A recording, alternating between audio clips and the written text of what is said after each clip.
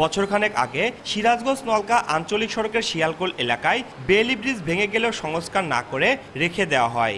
কদিন পরে সেই ব্রিজ থেকে পড়ে মারা যায় এক ব্যক্তি। ভেঙে যাওয়া ক্ষতিগ্রস্ত সেই ব্রিজটি এখনও ওইভাবে ফেলে রাখা হয়েছে।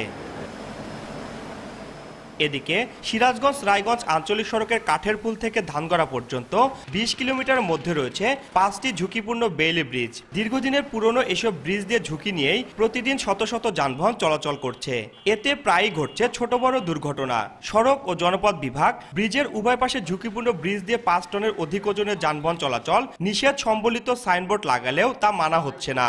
এই ব্রিজটা ১০ চাকা গাড়ি উঠে ভেঙে যাওয়ার পরে এই ব্রিজটা এইভাবে রয়েছে। সপ্তাহে একটা দুইটা অ্যাক্সিডেন্ট হয়, এরকম মনে করেন যে সমস্যা। ঢালাই ব্রিজ ছেড়ে দিলে আমার পাবলিক রক্ষে ভালো, গাড়ি রক্ষে ভালো। ভিড় পড়ে যায় গাড়ির, একটা গাড়ি বড় গাড়ি পার হওয়ার সময় আমরা পার হতে পারি না। সড়ক ও জনপথ বিভাগ বলছে দ্রুত ঝুঁকিপূর্ণ ব্রিজগুলো অপসারণ করে একই স্থানে নতুন সেতু নির্মাণ করা হবে।